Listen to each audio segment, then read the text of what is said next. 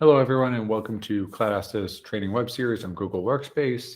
Today, we'll be highlighting the best new Google Workspace features released in January and maybe the beginning of February.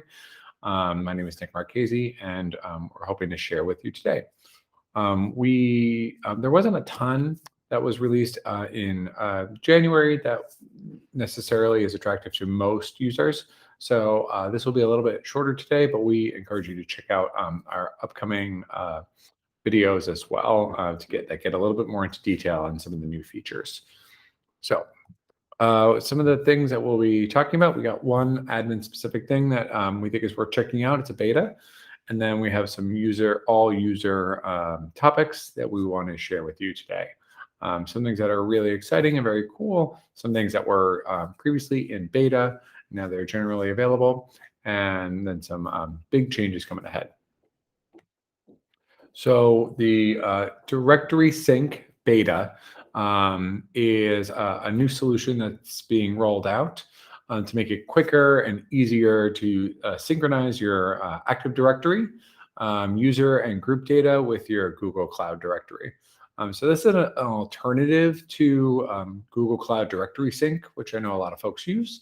You might want to consider this if you're syncing LDAP data from Active Directory with your Google Cloud Directory, and you're hoping to use a completely cloud-based solution without having to worry about any on-premises hardware. So this is something that right now the scope of this is just supporting user and group sync with Active Directory. And only is covering some attributes, but it's going to expand to include more attributes and have other sources as well. So some of the reasons you'd use it, you're hoping to get off-prem and stay up in the cloud, and you've got this now continuous loop of syncing going on. It's not necessarily on a specific schedule, it's just automatically happening. The interface is promised to be a lot easier to understand. It's tied in with your admin console, and there's no need to add in all these different little rules and things that you have in there if you're going ahead and pulling from different Active Directory sources or you want a specific subset of users. It's going to make this process a whole lot easier for you. There's also going to be some reporting that'll built into the admin console, which is really nice because that's not something that currently exists. And you'll be able to see a lot more there. And you can set up alerts if things go wrong or something's missing, so on and so forth. So something I recommend some folks check out, just to go a little bit more on the support page for this, there's a big old chart comparing the features with Google Cloud Directory Sync and the new Directory Sync. And you can see just a little snippet here of what currently is required and the features that are available. So if you're considering this because you're using Google Cloud Directory Sync or you're realizing that you need to have something for that sort of sync, go ahead and check out that page and it'll go ahead and walk you through which one you might want to consider using. All right, so into our all user section. So recently, there have been some warning banners that are added to Google Drive alerts for users for suspicious files. This is mainly going to show up for like PDFs and images and that sort of thing, where it's saying, hey, like this seems odd. This seems dangerous or suspicious. Trying to protect you and your organization against malware, phishing, ransomware. These are going to be available throughout Drive. You'll see it start popping up in a couple different places, hopefully not too many places, because otherwise that means you got a lot of suspicious stuff going on. But you can see in the screenshot here, at the very top, it says, this file looks suspicious. It might be used to steal your personal information. So that's helpful, kind of like when we sometimes see that in our email, we get those banners that come down and say, hey, is this person actually in your organization? Are they trying to pretend to be somebody else? So you can go ahead and be careful. All right, we're going to switch over to Meet. So live translated captions in Google Meet are now generally available. I spoke about this months ago when this went into beta, and saying how really exciting it was for our fully remote or hybrid teams who are using Meet all the time. And we need to go ahead and find ways to remove those language barriers. So now meeting participants can translate English meetings to French, German, Portuguese, and Spanish on the fly right within Google Meet. It's really, really powerful, and I'm so glad that this is now rolled out for all users and it's no longer just in beta. All right, switching over to chat. So Google Chat, as you've noticed, has been getting more and more love. Trying to go ahead and build that out and make it a little bit more robust. And one of the features that is, I would say, it's about halfway there from where it wants to be, is seeing when a message is deleted in a Google Chat space. So you could see the message was deleted by its author. Here's a little screenshot, right? So if a chat message in a space is deleted, they'll go ahead and you'll get this little message here. There'll be a little timestamp, and it'll be no longer just like something that disappears into the abyss. In the future, replies to that thread will also be deleted.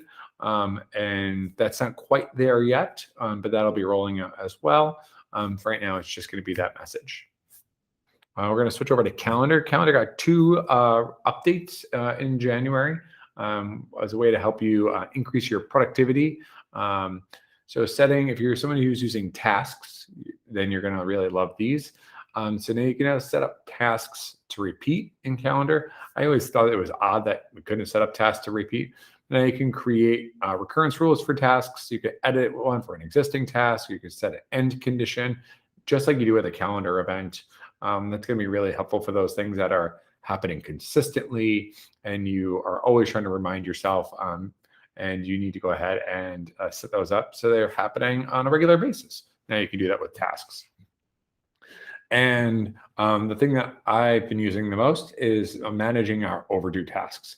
So if you have tasks that were uncompleted and due in the past 30 days, and you'll see that you've got this 5 pending tasks thing pop up on your calendar, and it kind of keeps that moving along with you in your calendar. It'll show you the different tasks that you have missed.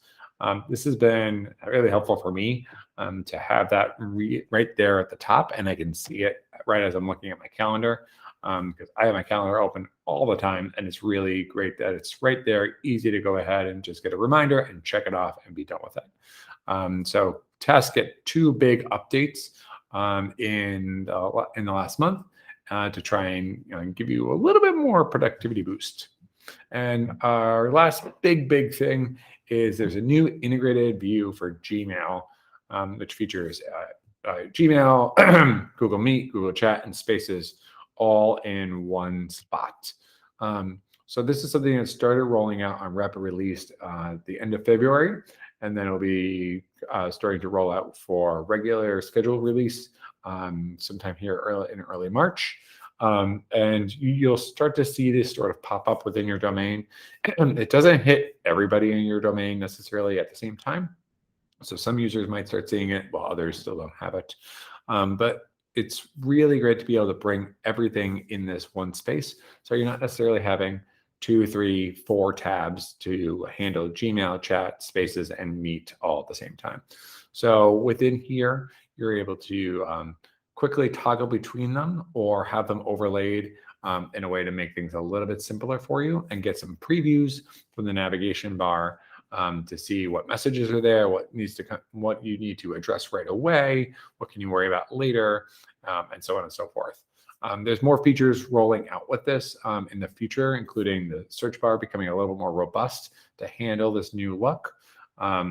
But we just want to give you a heads up that this is on its way, if not already out to you. We're going to be following up soon with a more in-depth video showing the ins and outs of this new view, what's changed, what hasn't changed, what you don't have to worry about changing right away, and how you can go ahead and best use it moving forward. So keep an eye out for that video, and we will dive more into that. And as always, if you have any questions about anything, please email us at webinars@cloudhosta.com. We are more than happy to help you work through any issues you're having, figuring out what SKU you're on in case you don't have a specific feature, and helping with any special projects that you might have on your mind. And if any of the different features and tools that we talked about today, especially with the new directory sync, interest you and you need a little help, just reach out and we're happy to go ahead and set up that call. I'm Nick Marchese. Thanks for listening.